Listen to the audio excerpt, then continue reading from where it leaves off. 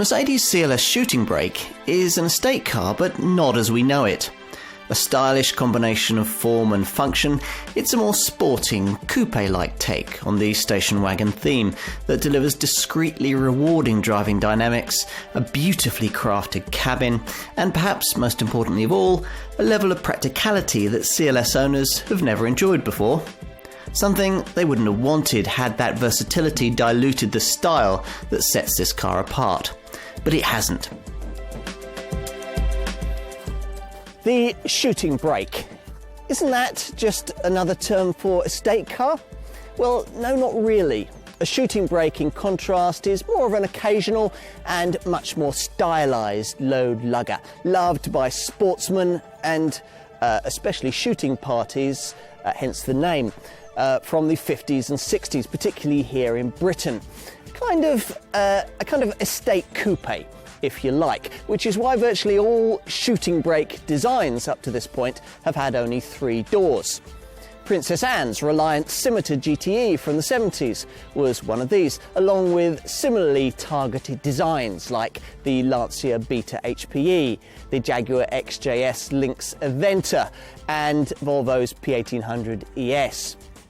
In more recent times, the shooting brake concept has made a comeback with cars like the Ferrari FF. But can it work with 5 doors as well as 3?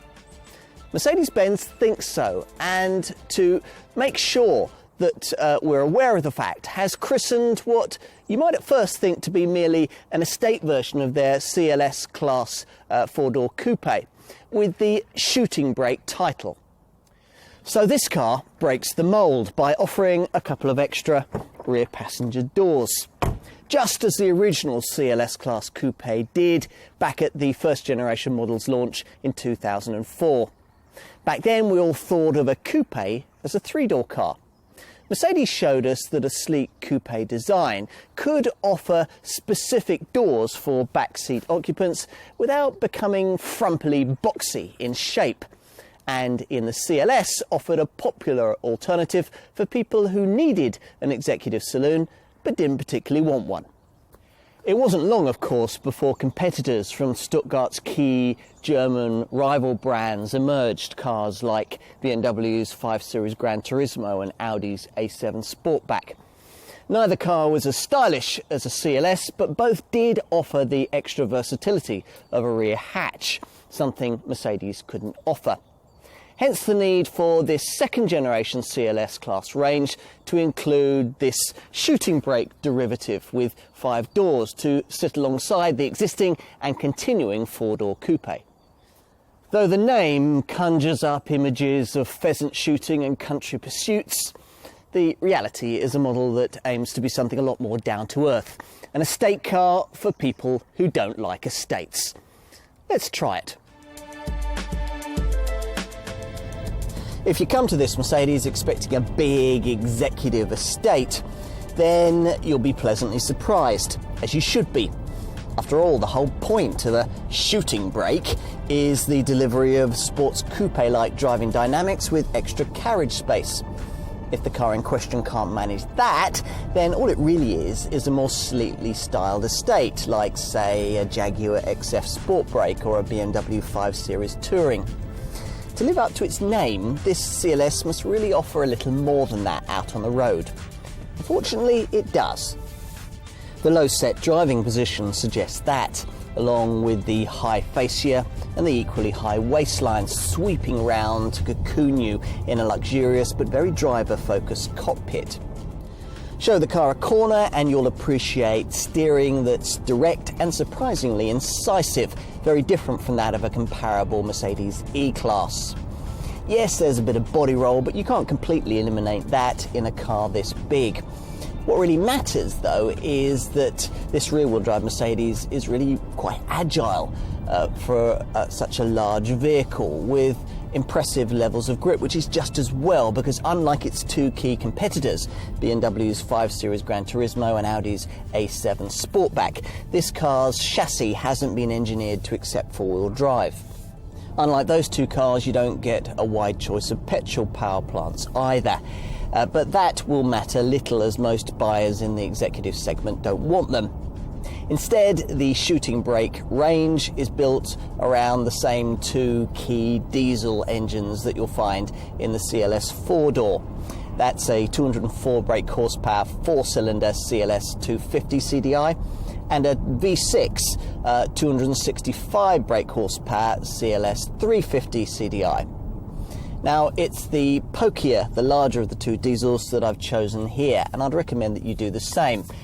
Because you get that much more pulling power, 620 newton meters rather than 500 newton meters, which is important when you're hauling along almost 2 tons. With the V6 350 CDI, the rest to 62 mile/hour sprint time falls from 7.8 to 6.6 seconds, and the maximum speed rises from 146 to 155 miles an hour. This V6 is also the only shooting brake variant that can be ordered with the option of the all-round Airmatic suspension system that I've got fitted here. With full Airmatic, you can have a suspension setup that adjusts itself to the way that the car's being driven, stiffening everything up if you're at speed on a twisty road, then softening things and lowering the body if the electronics sense that you're covering the kind of highway mileage that really represents this vehicle's real comfort zone. Now, you can vary the setups by using this button down here in the center console. If you press Comfort, it delivers a magic carpet-like ride. Pressing Sport means that you still get a supple ride, but suddenly it's matched to a more responsive set of suspension reactions. Mind you, all shooting brake models ride pretty well, thanks in no small part to the fact that all are at least partly air-sprung, Mercedes having added a self-levelling Airmatic system at the rear to cater for the unlikely possibility of this car being heavily laden at the back. It's a setup also used by the flagship model, the only one with petrol power, the 557 bhp V8 63 AMG, which can be configured to go as fast as 186 miles an hour. It has its own individual suspension settings, but you can pretty nearly replicate these by opting to pay extra on lesser diesel variants like this one for the AMG Sports package that also includes sports tuned suspension, uprated brakes, and the addition of steering wheel gear shift paddles. And particularly when the weather turns nasty, you'll appreciate all manner of electronic cleverness.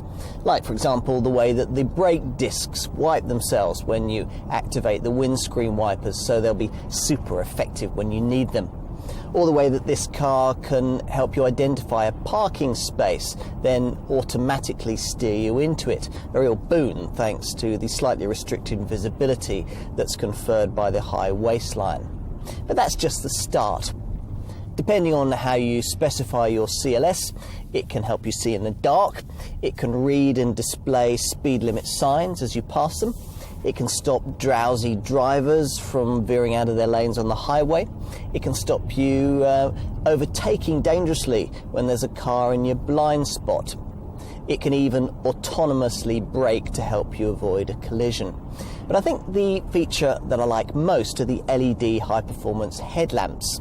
Not only do they automatically dip themselves in the face of oncoming traffic at night, but they're also able to sense a car that's close in front of you and dip the minimum to avoid dazzle, while as you draw near, gradually moving the beam out to the centre of the road to light up your overtaking path.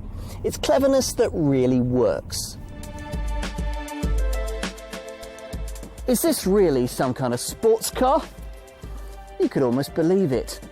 Like all CLS-class models, the front end is based on that of Mercedes SLS-AMG supercar and is dominated by these LED high-performance headlamps, each one featuring no fewer than 71 jewel-like bulbs that twinkle at you at night as you pause to imagine this futuristic shape in your driveway from each angle, sensing something different from the designer's pen. True, it won't be to everyone's taste, but then this isn't a car designed for everyone, just a lucky few. At the side, the uninterrupted arc of the upper window line really does offer something of a coupe-like feel, despite all those doors. Under the skin, as with all CLS class models, many of the panels are crafted from aluminium, and that isn't just to copy the rival Audi A7, but to achieve the efficiency targets that make this car so surprisingly affordable to run. Significant in their contribution here are the aluminium frameless doors, which save a full 24 kilograms over the comparable steel-crafted portals that you'll find in equivalent Mercedes E-Class. And that lightness also makes them a lot easier to open and close, especially when you're on an incline.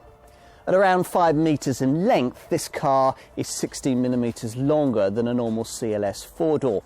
But the really important difference is the way that this extension prolongs the height of the roofline, making this shooting brake a more comfortable proposition for rear seat passengers. In an ordinary CLS, taller backseat passengers have, to some extent at least, to pay the price for the coupe-style looks. Now that's less the case here. Even a full 6-footer will be quite comfortable behind another of the same height, provided that they're not required to sit in the middle. Still, at least you can sit in the middle, something impossible in an ordinary 4-door CLS, because the two outer seats are separated by a veneered storage compartment, something common to all CLS class models before this shooting brake, making them inaccessible to family buyers like me. Here at last is a CLS in which all three of my children can be accommodated, though to be honest, the central part of the bench isn't the most comfortable perch. Like all cars in this class, this one has got a rear seat that's styled to suit just 2 adults. Of course, the other benefit conferred by that increased body length is an increased luggage capacity, with a standard fit rear-powered tailgate that glides upwards to reveal a hefty 590-litre luggage compartment, the largest in the class. And it's a versatile space too, if, as I have here, you specify the optional Easy Pack load compartment storage system with these useful rails that also includes a rear sill protection plate to stop the rear sill being scratched as you load luggage in and out. And scratches are certainly what you're going to want to avoid if you specify what is arguably this car's most desirable optional feature: the replacement of this standard carpeted cargo base with the Designo American cherrywood load area floor, modelled on that of a millionaire's Riva speedboat. I have a feeling that choosing that, beautiful as it might be, would rather limit your use of the versatility that ought to be one of the prime reasons for choosing this shooting brake body style in the first place. And it is versatile. After all, pushing forward the 60/40 split folding rear backrest via these useful levers in the cargo bay reveals up to 1,550 litres of total space. To put that into perspective, that's about 10% more than you get in a comparable Audi A7 Sportback, and about 20% more than you get in a rival Porsche Panamera. And at the wheel, well, it's very grand indeed, from the immaculate hand-stitched leather dash top to the central analogue clock borrowed from the S-Class to the matte silver inlays around the air vents. Everything in the wraparound cockpit is beautifully crafted. A very high-end place to be. And fantastically comfortable too, even if you don't opt for the dynamic multi-contour seats with their inbuilt massage function. I'd advise you to try them though. Now, this car is an exclusive choice, and as such, you won't be expecting it to be inexpensive. It isn't. CLS shooting brake pricing sits mainly in the £50,000 to £85,000 bracket, and as such represents an £1,800 model-for-model premium over the 4-door CLS Coupe. Most customers, though, will be shopping in the £50,000 to £55,000 bracket for one of the two diesel models, with the majority tempted to find the £3,700 premium to progress from the entry-level 250 CDI, that's with 4 cylinders, to the 6-cylinder 350 CDI that I've been driving here. There's a single petrol engine choice at the top of the range, the 63 AMG, but that will be a rare sight indeed, priced at around the £85,000 mark. Now, how you think that stacks up in value terms will probably depend on how exclusive you think the shooting brake concept is. If, like Mercedes, you think that this car's coupe estate formula makes it unique in the market, then if you can afford the prices being asked, then you'll probably buy it right away. That then leaves two other types of potential customer. The first might see this car as an alternative to stylised, high-class 5-door executive hatchback models. Cars like, say, BMW's 5 Series Gran Turismo, Audi's A7 Sportback, or the Porsche Panamera. Now, because these types of cars are hatchbacks rather than estates, none of them can offer a boot capacity as big as this CLS, and against, say, this CLS Shooting Brake 350 CDI, a comparable Audi A7 Sportback 3-litre TDI 245 PS or a BMW GT 530 DM Sport will save you very little, while a Porsche Panamera diesel will cost you £9,000 more. That leaves those who might side with Mercedes' own US importers, who initially refused to take this car, in thinking that a shooting brake is simply a fancily styled executive estate offered at a huge premium. Now, they'll be the kind of people asking just why a mechanically almost identical Mercedes E-Class estate with more luggage space and exactly the same engines under the bonnet costs, well, between £13,000 and £15,000 less.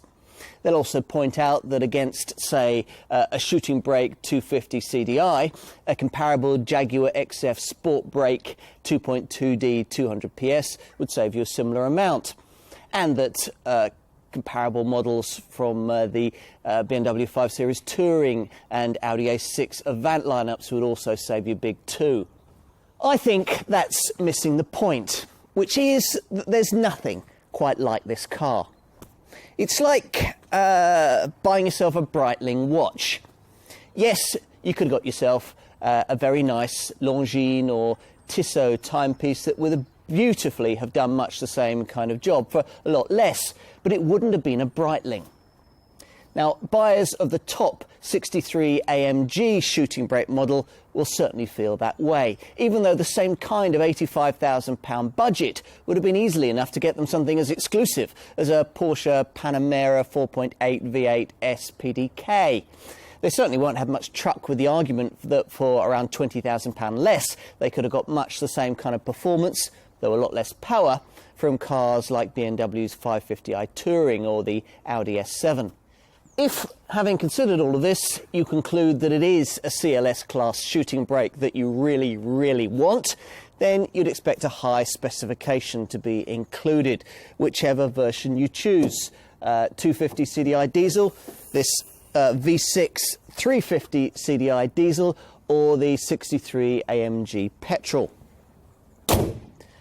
There is a very high specification. In fact, it's enough to justify at least some of the premium being demanded for this car over its E-Class estate alternative.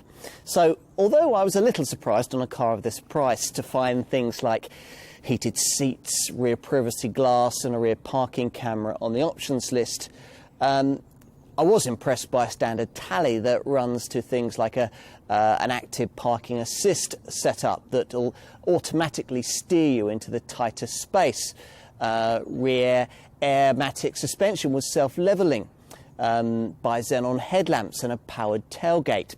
That's in addition to CLS-Class staple items like 18-inch alloy wheels, electrically adjustable leather seats, cruise control, satellite navigation, Bluetooth compatibility for your mobile phone, a high-quality 8-speaker CD stereo, and a hill start system that will stop you from drifting backwards on uphill junctions. In terms of options, the main one you'll need to consider is the £3,000 AMG Sport package that I have here and that most will want.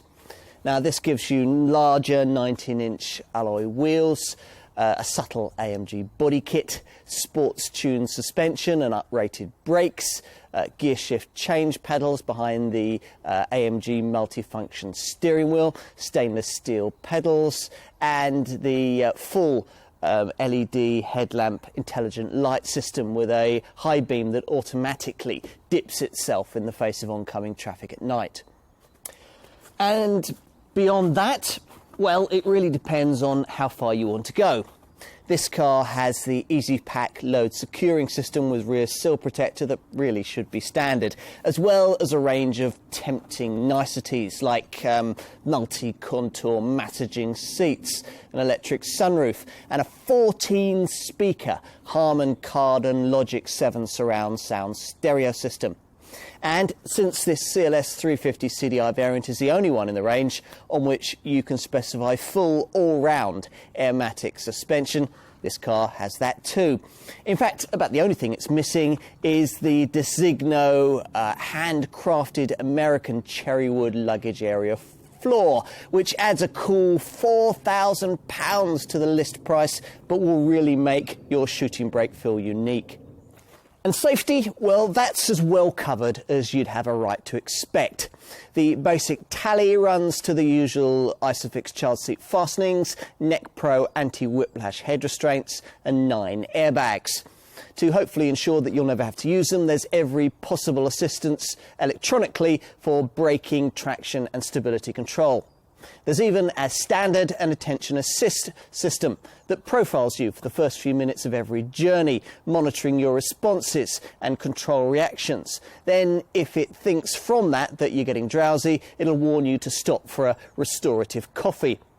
Also a standard is Mercedes' award-winning pre-safe system that is able to brace the car for best surviving an accident by pre-tensioning the seatbelts and closing the electric windows, should the vehicle's electronic systems deem an accident to be inevitable. To go further requires an expensive trip through the options list. Many will want to consider the driving assistance package that I have here, that incorporates active blind spot assist to stop you from dangerously pulling out in front of another car, active lane keeping assist to stop drowsy drivers from veering out of their lanes on the highway, and Distronic Plus with pre-safe brake. Now, that last item incorporates cruise control that will keep you a safe distance from cars in front on the motorway and will automatically be able to brake to maintain things. And the pre-safe brake element refers to a radar that's mounted in the top of the screen here that is able to constantly scan the road ahead for potential accident hazards. Now, if one is detected, the driver will be warned and the brakes primed. If he or she doesn't respond or isn't able to, then the brakes will be applied anyway to decrease the severity of the accident. Now, the Federal Office of Statistics reckons that a driver of a Mercedes-Benz is around 9.6% less likely to have an accident than a driver of a car from another brand. Looking at this whole safety tally, you can see why. As with all CLS class variants, all diesel versions of the shooting brake are designated blue efficiency models. That means that they're uncommonly frugal. How frugal? Well, to give you an example, the entry-level 204 brake horsepower CLS-Class Shooting Brake 250 CDI goes nearly 150 miles an hour and weighs nearly 2 tons. Yet with a combined cycle fuel figure of 53.3 miles to the gallon, is pretty nearly as economic as an entry-level 60 PS 1.25 litre Ford Fiesta Super Mini. Impressive, isn't it? The CLS 350 CDI isn't quite that frugal because it's got 6 rather than 4 cylinders, but nevertheless, with a combined cycle fuel return of 47.1 miles to the gallon, it's not far behind its entry-level stablemate. My only real irritation is that in the CLS diesel lineup, it's only this V6 that gets the larger 80-litre fuel tank, which is the one that you'll really need for a decent operating range. In terms of CO2, the entry-level CLS-250 CDI manages 139 grams per kilometre, which puts it just outside the 10% company car write-down tax threshold, while this V6 CLS-350 CDI manages 161 grams per kilometre. So, how has efficiency like this been achieved? Well, the answer really lies in 5 areas. You've got the use of aluminium in the lightweight construction, a start-stop system that cuts the engine when you don't need it, stuck at the lights or waiting in traffic, the wind-cheating bodywork with its slippery 0.29 CD drag factor, the electromechanical power steering that uses no power from the engine at all when it's in the straight-ahead position, and an efficiency setting for the 7G-tronic automatic 7-speed gearbox. Less of this kind of effort has been directed towards the flagship CLS shooting brake model, the only one with petrol power, the 63 AMG. Nevertheless, its returns of 28 miles to the gallon on the combined cycle and 225 grams per kilometre of CO2 aren't really that bad for a V8 powered 557 brake horsepower model with 800 newton meters of torque throbbing away beneath the bonnet. What else? Insurance? Well, the entry-level CLS 250 CDI is Group 43. This V6 CLS 350 CDI is Group 47. And, as you might expect, the top-of-the-range petrol-powered CLS 63 AMG is a top-of-the-shop Group 50. As far as residual values are concerned, well, you can expect them to be as strong, if not better, than those of the CLS-Class 4-door coupe model, which means that after a typical ownership period of around 3 years and 60,000 miles, when the time comes to sell, your car should still be worth about 53% of what you paid for it. Maintenance costs can be kept down and well in check too, thanks to the Assist Plus onboard computer that won't allow you to visit a dealer for servicing until it's really needed. If you always liked the idea of a Mercedes CLS Class, but a bit like me, always thought it would require too many practical compromises, then this shooting brake version may very well be your ideal car. It'll fit into the way that you live rather than obliging you to create a lifestyle that suits it. Yet it'll still offer up the kind of unique driveway statement that a CLS has always done. In fact, arguably a more distinctive one. The name may be a nod to past hunting wagons of the landed gentry, but the concept is very much of our time. A large estate that doesn't drive like one, that's exquisitely finished, practically configured and affordable to run, if not to buy in the first place. It is very much, as I said at the beginning, the estate for people who wouldn't normally consider such a thing. And that makes it a very special car indeed.